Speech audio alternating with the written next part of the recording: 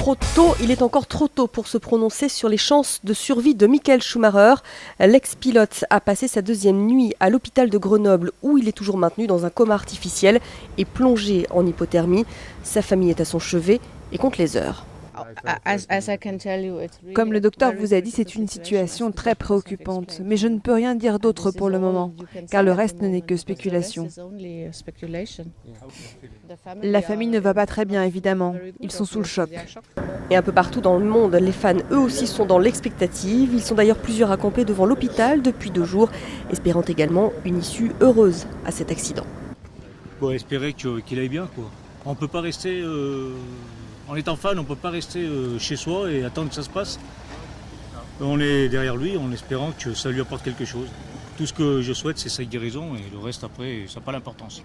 C'est quelqu'un que, même si on ne le connaît pas spécifiquement, mais il compte directement dans notre vie quand on est fan. Alors vous voyez, c'est important, ça fait un choc, quoi, je trouve. Personnellement, j'ai été profondément touchée quand j'ai appris la nouvelle hier soir. Au début, tout semblait ne pas aller si mal, mais c'est devenu dramatique. Je suis restée devant la télé jusqu'à minuit à attendre de bonnes nouvelles qui ne sont jamais arrivées.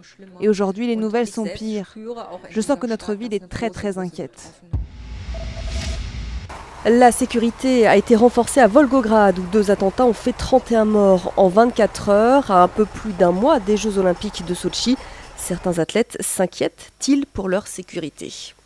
Je pense que nous, les athlètes, et puis tous les dirigeants qui seront dans les villages olympiques, on aura cette espèce de carapace. Mais c'est vrai que je crains pour les civils. Moi, j'ai hésité un long moment à ce que ma fille vienne, mais cette question de la sécurité est venue sur le tapis. Et je vous avoue que ma fille restera en France. Le stage se poursuit pour le joueur du Paris Saint-Germain, toujours au Qatar. Les Parisiens rencontrent le Real Madrid après-demain. Une belle occasion de se jauger avant d'entamer la deuxième moitié de la saison, que les joueurs espèrent aussi bonne en championnat qu'en Ligue des Champions. Dire que cette année est celle du PSG, je ne sais pas. Il arrivera ce qu'il arrivera. Nous essayons de gagner tous nos matchs. C'est l'un de nos objectifs, bien sûr. C'est pourquoi nous sommes ici au Qatar. C'est aussi pourquoi nous allons nous tester contre le Real Madrid.